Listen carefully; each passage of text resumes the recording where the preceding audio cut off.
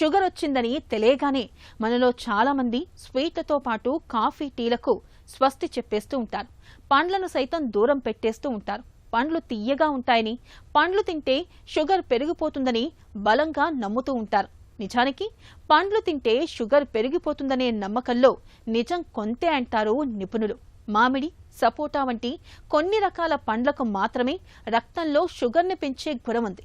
వాటికి దూరంగా ఉంటూ మిగతా పండ్లను నిరభ్యంతరంగా తినొచ్చని చెబుతున్నారు డాక్టర్లు.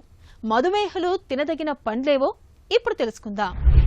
మనం ఏదైతే పళ్ళు అందుబాటులో ఉన్నాయో వాటన్నిటిలోనూ ఎక్కువ పిండి పదార్థం ఉండేది ఒక అరటిపండు, బనానా అన్నమాట. ఆ బనానాలో 27% అంటే 100 గ్రాముల మీరు అరటిపండు తిన్నట్లయితే 100 గ్రాముల బరువు ఉన్నట్లయితే దాంట్లో 27 గ్రాముల పిండి పదార్థం ఉంటుంది. మిగతా పళ్ళన్నీ కూడా వీటికన్నా తక్కువ పిండి పదార్థం కలిగి ఉన్నాయి. ముఖ్యంగా ఇవాళ మీరు సీతాఫలం చూసుకున్నట్లయితే చాలా తక్కువ ఉంది. దాంట్లో 10%, 12% కన్నా ఎక్కువ లేదు. మామిడి పళ్ళల్లో కూడా 12-14%, 15% మించి లేదు. మీరు ద్రాక్ష పళ్ళు తీసుకున్నట్లయితే 12% మించి పిండి పదార్థం ఉండదు. కాబట్టి మీరు ఏ పండు తీసుకున్నా కూడా, బొప్పాయి పండు, యాపిల్ పండు, జామ పండు, ఎటువంటి తీసుకున్నా కూడా దాంట్లో 10-15% లోపే ఉంటుందన్నమాట పిండి పదార్థం. కాబట్టి మీరు ఏదో నేను పండు తినేసి దాంతోపాటు షుగర్ కూడా ఎక్కువ తినేస్తున్నాను అనుకోవడం ఒక భ్రమ. అది పండు అనేది అది వెంటనే మీ రక్తంలో కరిగిపోయి వెంటనే డయాబెటీస్లో ఒక షుగర్ పెంచడానికి అవకాశం ఉంది. అంటే ఇప్పుడు మీరు ఏదైనా ఒక పండు తిని వెంటనే ఒక అరగంటలో రక్త పరీక్ష చేసుకుంటే అది ఎక్కువ ఉండొచ్చు. కానీ 24 గంటలు ఎక్కువ ఉండి దానివల్ల ప్రమాదాన్ని కలిగిస్తుంది అనేది మాత్రం తప్పు.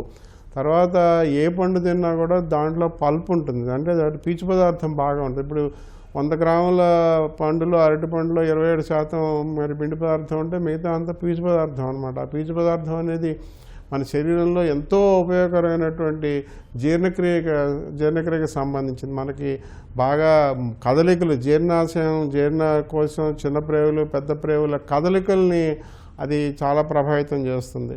అలాగే ఆ జీర్ణాశయంలోనూ జీర్ణకోశం కింద ఉన్నటువంటి ప్రేగుల్లోనూ కదలికలు బాగా ఉండటం వలన ఏమవుతుంది, ఆ ఎంజైమ్స్ అన్నీ బాగా రిలీజ్ అవుతాయి. అన్ని రకాల జీర్ణక్రియకి సంబంధించిన అన్ని పదార్థాలు కూడా సక్రమంగా రెగ్యులేట్ చేస్తున్నారు, సక్రమంగా జరుగుతాయి. కాబట్టి అన్ని పళ్ళు తినొచ్చు. ఈ పళ్ళల్లో కూడా పచ్చి పళ్ళు తీసుకున్నట్లయితే మంచిది, అంటే పచ్చి జామకాయ తీసుకుంటే మంచిది, పండు జామకాయ మంచిది కాదని చెప్పి అనవసరంగా అనుకుంటారు. పండు జామకాయ అయినా పచ్చి జామకాయ అయినా లోపల ఉండేటువంటి పిండి పదార్థం ఒకటే.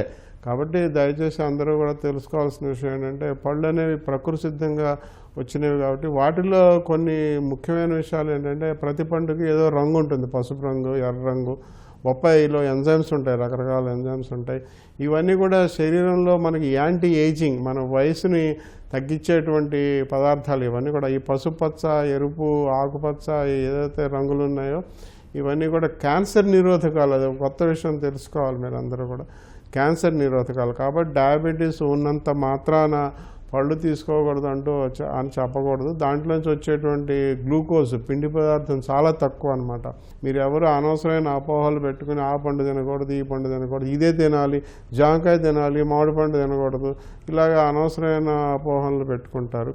పల్ప్ ఫ్రూట్స్ ఎక్కువ తినాలంటే బాగా పీచు పదార్థం ఉన్నటువంటి ఫ్రూట్స్ బాగా తినాలన్నమాట. అన్నిటికన్నా గ్లైసెమిక్ ఇండెక్స్ ఎక్కువ ఉన్నటువంటి పండు గురించి ఆలోచించినట్లయితే ఇప్పుడు మనం వాటర్ మెలన్ మనం తీసుకుంటాం కదా, అందులో మీరు తాది కూల్ డ్రింక్ తాగినట్టే తినగానే వెంటనే రక్తంలో గ్లూకోజ్ పెరిగిపోతుంది. కానీ దాంట్లో 5%, 6% తక్కువ పిండి పదార్థం ఉంటుంది. అంటే 100 గ్రాములు మీరు తిన్నట్లయితే అందులో 5 గ్రాములే షుగర్ ఉంటుందన్నమాట. కాబట్టి ఇలాంటి విషయాలన్నీ తెలుసుకుని అనవసరంగా డయాబెటీస్ ఉన్న వాళ్ళంతా కూడా పళ్ళు తినకూడదు అని చెప్పుకోవడం మంచిది కాదు.